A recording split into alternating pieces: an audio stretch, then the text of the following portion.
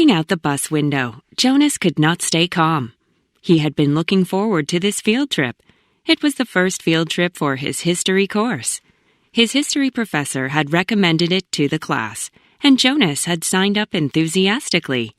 He was the first to board the bus in the morning. The landscape looked fascinating as the bus headed to Alsace.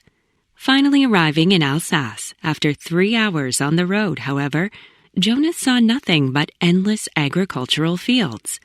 The fields were vast, but hardly appealed to him. He had expected to see some old castles and historical monuments, but now he saw nothing like that awaiting him. "What can I learn from these boring fields?" Jonas said to himself with a sigh. Exercise 1. I was once out in the foothills of the Absecora Mountains near my home in southern Montana when I saw a front of windy and snowy weather coming toward me. Because of the open nature of that part of the upper Yellowstone River Valley, I was able to see the storm coming from a long distance away. But I was so far out on an exposed hillside that I wasn't able to make it to cover before the blizzard hit.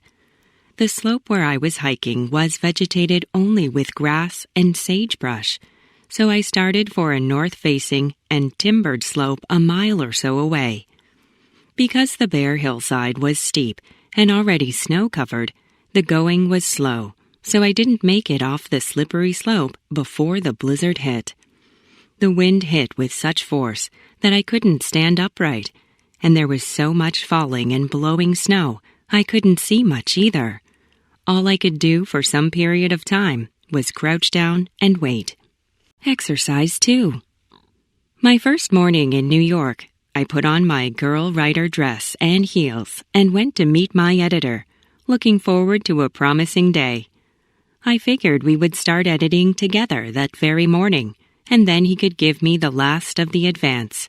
It would turn out that I had bounced back from this devastating setback, and that truth and beauty had once again triumphed. Everyone would be so shocked to hear that this book had almost been thrown away. But my hopes were shattered when my editor said, "I'm sorry." I looked at him quizzically.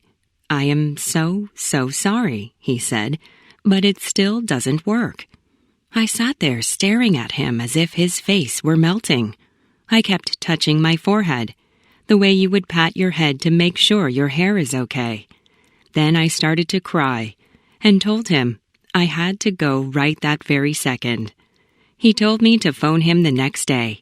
I said I would, although I had no intention of actually doing so. Exercise 3.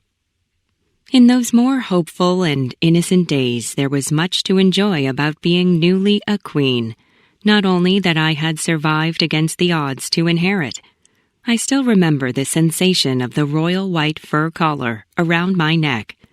I put my cheek to it, and the fur seemed strangely warm against my skin. The grand garment smelt faintly of beeswax and the softest leather. Unable to resist, I buried my features in it and laughed with delight. It was thrilling to know that such luxury was mine. My ladies laughed with me, equally delighted. They could not wear the elegant clothes and jewelry that, as queen, I wore, even a queen with her hair as yet unbrushed. But their circumstances as my attendants were vastly better now that I was queen. Exercise 4. About 3 months ago, my sister was having problems with her daughter, Amy, so my sister and I decided to have Amy move in with my family. We thought she could benefit from a change of environment. Sadly, almost instantly, my relationship with Amy started to fall apart. She tried to verbalize her need for limits and boundaries in the home and for time spent alone together. However, our conversations quickly spiraled out of control. Instead of remaining supportive of her when she would get excited, I minimized her feelings by telling her to grow up. I expected her to understand the cause of her fears. Also, I expected her to magically allow herself to be a part of a loving family. It wasn't that simple for her, and I should not have reacted to Amy's emotions. She needed a safe space to calm down, but I didn't give her that and didn't listen to her better. I should have respected her perspective and demonstrated that I was understanding of her fears.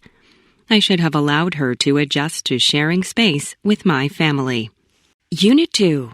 Gateway.